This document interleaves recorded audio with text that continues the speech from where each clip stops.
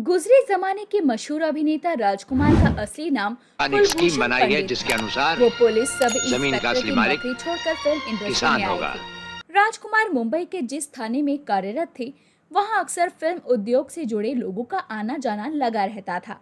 एक बार police station में director Baldev Dubey कुछ काम से आए। वो राजकुमार के बातचीत करने के अंदाज से काफी प्रभावित हुए और उन्होंने उनसे अपनी फिल्म शाही बाजार में बतौर एक्टर काम करने का ऑफर दिया। राजकुमार अपने एक साथी की बात सुनकर पहले ही एक्टर बनने का मन बना चुके थे। इसीलिए उन्होंने तुरंत ही अपनी सब इंस्पेक्टर की नौकरी से इस्तीफा दे दिया और फिल्म का ऑफर मंजूर कर लिया। 8 अक्टूबर 1926 को उनका जन्म बलूचिस्तान, पाकिस्तान के लोर लाई में कश्मीरी पंडित परिवार में हुआ था। 26 साल की उम्र में उनकी पहली फिल्म रंगीली रिलीज हुई और उसके बाद मदर इंडिया, हमराज और हीर रांझा जैसी करीब 70 फिल्मों में उन्होंने अभिनय किया। राजकुमार की गिनती अपने समय के सुपरस्टार में की जाती है। उनकी एक्टिंग स्टाइल और डायलॉग डिलीवरी इतनी ज़्यादा बेहतरीन होती थी कि उतने ही इंटरेस्टिंग उनकी लाइफ के किस्से भी रहे। वो स्क्रीन पर ही नहीं, रियल लाइफ में भी बेबाकी के लिए जाने जाते थे। जानकारों का कहना है कि उनके बारे में ये फेमस था कि यदि उन्हें फिल्म के डायलॉग पसंद नहीं आते थे तो वो कैमरा के सामने ही उसे बदल देते थे। राजकुमार और गोविंदा फिल्म जंगबाज की शूटिंग कर रहे थे। बताते हैं कि गोविंदा शानदार शर्ट पहने हुए राजकुमार के साथ शूटिंग खत्म होने के बाद वक्त बिता रहे थे। तभी राजकुमार ने उनसे कहा, यह तुम्हारी शर्ट बहुत शानदार है। गोविंदा ये बात सुनकर खुश हो गए। उन्होंने तब राजकुमार से कहा, सर आपको ये शर्ट पसंद आ रही है तो आप रख लीजिए। राजकुमार ने उनसे शर्ट ले ली। गोविंदा खुश हुए कि राजकुमार उनकी शर्ट पहनेंगे और उनकी पसंद की तारीफ करेंगे, लेकिन ऐसा नहीं हुआ। 2 दिन के बाद उन्होंने देखा कि राजकुमार ने उस शर्ट का एक रुमाल बनवाकर अपनी जेब में रखा हुआ है। राजकुमार के खास दोस्त और उनके मरते दम तक जंगबाज और तिरंगा में डायरेक्टर रह चुके मेहुल कुमार ने एक इंटरव्यू में कहा था कि राजकुमार साहब के बारे में लोगों ने जितनी बातें आज तक बताई है, मेरे अनुसार वो सब केवल कहानियां ही हैं। ये बातें गढ़ने वाले उन्हें गहराई से पहचानते नहीं थे।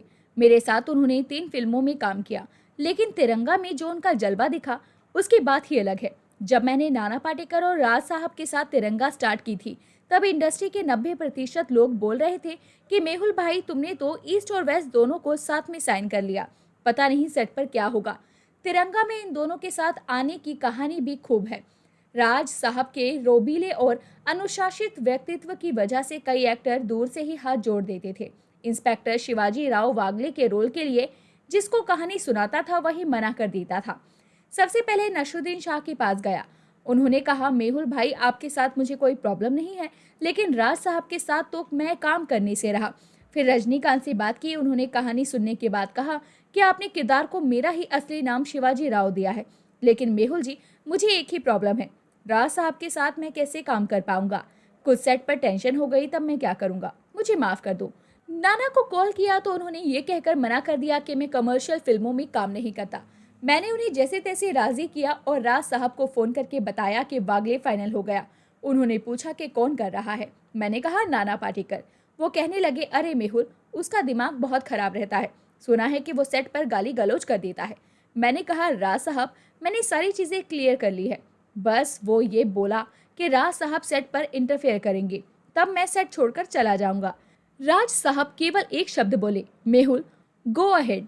इसके बाद 6 महीने में ये फिल्म कंप्लीट होकर रिलीज हुई और सुपरहिट हो गई। उनका एक और किस्सा बताता हूँ। वो अपने नाम की स्पेलिंग में आर के बाद डबल ए लिखते थे।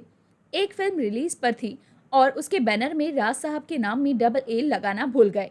उन्होंने कहीं पढ़ लिया और अपने रोबीले अंदाज में प्रोड्यूसर को फोन करके कहा, जाने तुमको मालूम नहीं हमारे नाम की स्पेलिंग में राजकुमार नहीं राजकुमार आता है, अभी इसी समय बैनर चेंज करो। अपने नाम की ही तरह उन्होंने हमेशा राजकुमार जैसी जिंदगी जी।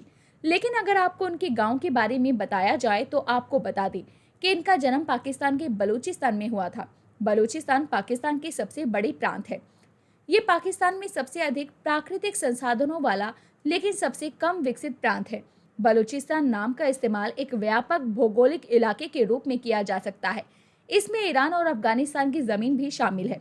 बलूचिस्तान में कुल आबादी का 96% हिस्सा मुसलमान है। पश्चिमी हिस्सा ईरान में है, जिसे सीस्तान बलूचिस्तान कहा जाता है। बाकी सब पाकिस्तान में है। क्षेत्रफल के लिहाज से ये पाकिस्तान का सबसे बड़ा प्रांत है। इसका नाम यहाँ रहने वाले बलोच लोगों के नाम पर बलूचिस्तान पड़ा।